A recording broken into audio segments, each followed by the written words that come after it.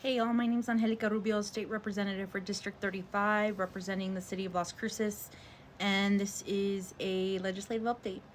It's been a week since I last updated you all last Sunday. It was the day after we voted on the crime bill. That bill actually went through the Senate over the course of the week, last week. While the bill wasn't exactly still my jam, they did get rid of this in the Senate, which I'm very, very, very, very happy about. That bill is now headed to the governor, who now has, I think it's 3 days, to sign into law or to veto. And so it's really up to the governor at this point. Tomorrow we will be voting on, oh, and this is Yoki. Hi, Yoki.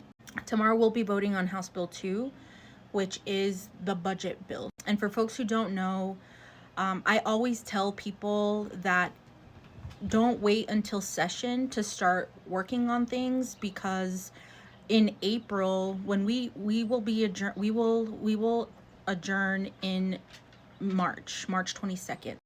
And by April, the Legislative Finance Committee, which is made up of members of the legislative, of the House Appropriations Committee and of the Senate Finance Committee, they all will start coming together in April to start planning the framework for the following year. So next year, a 30-day session, that will all, people in April, we will already start working on the budget at that time. So the framework that we are basing this budget on right now is on all of the work that was done in 2024.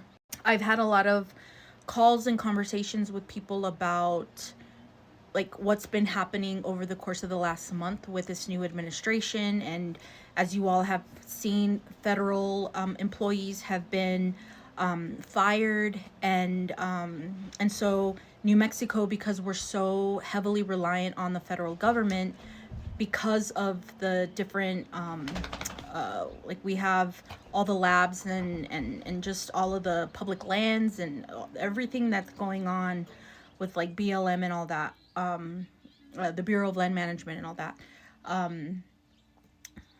people are like, we're having to figure that out too, but there's no real mechanism to do that. I've also had folks within immigration and legal services and humanitarian services asking, like, can the state of New Mexico provide some form of financial assistance to our border communities, especially down south, because of what's happening right now with like ICE rounding up people across the country.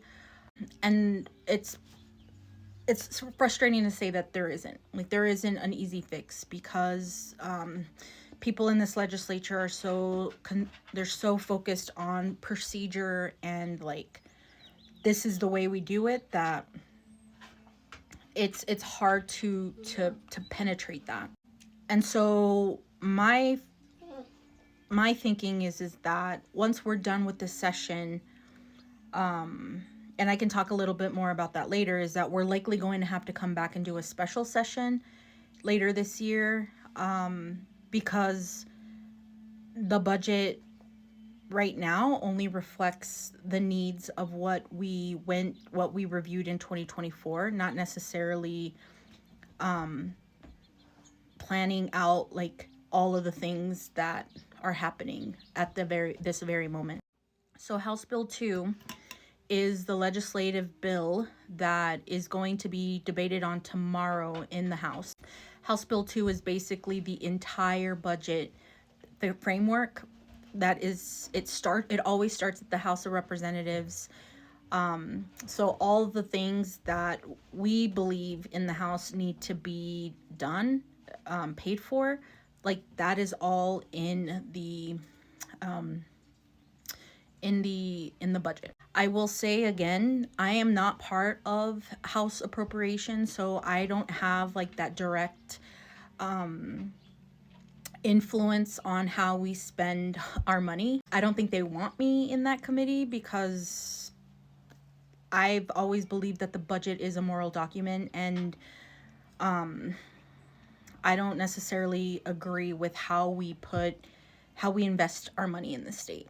With that said, tomorrow we will vote on a budget that is based on 2024 findings from the Legislative Finance Committee, who have been working since April of last year, who have provided us updates over time. It's also based on projections of like revenues and things like that. And mostly our revenues coming from oil and gas and drilling and all of that, which, by the way, we're never going to let go of that, ever. But all of that is based on projections from December, January, early January, and then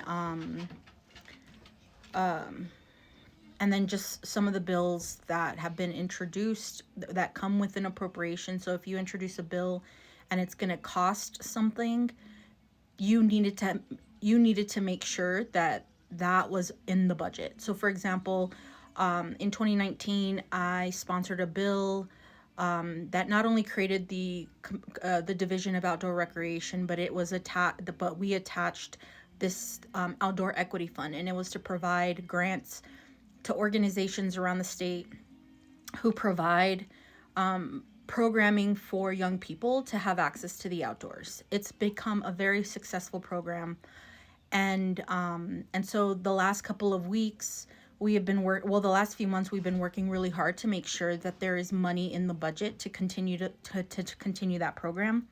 And even though it's not as much as we want, it's in the budget.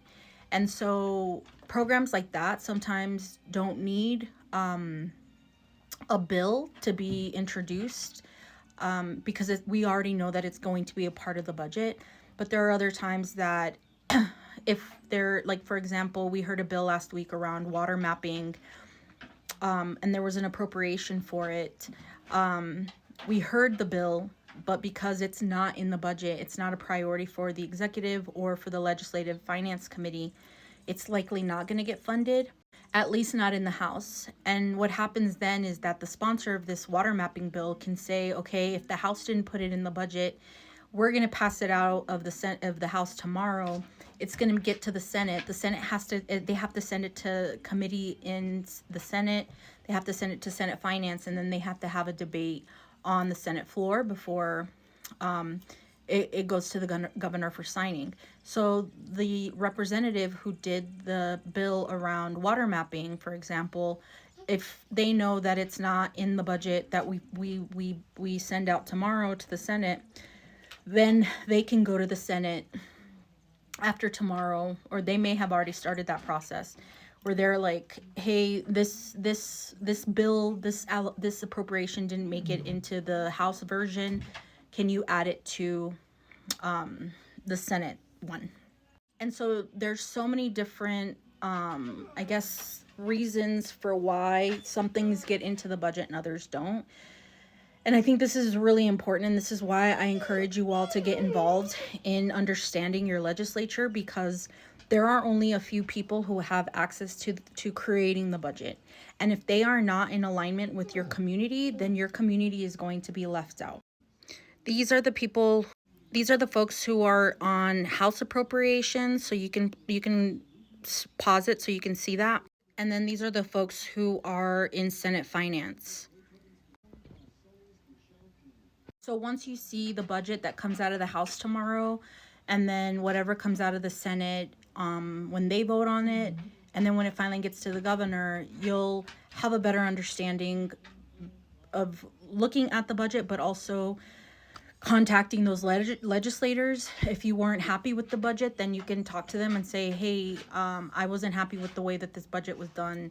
Like, why were these the priorities, and et cetera, et cetera. Again, I wish more of us were involved in the process, but that unfortunately is not the case.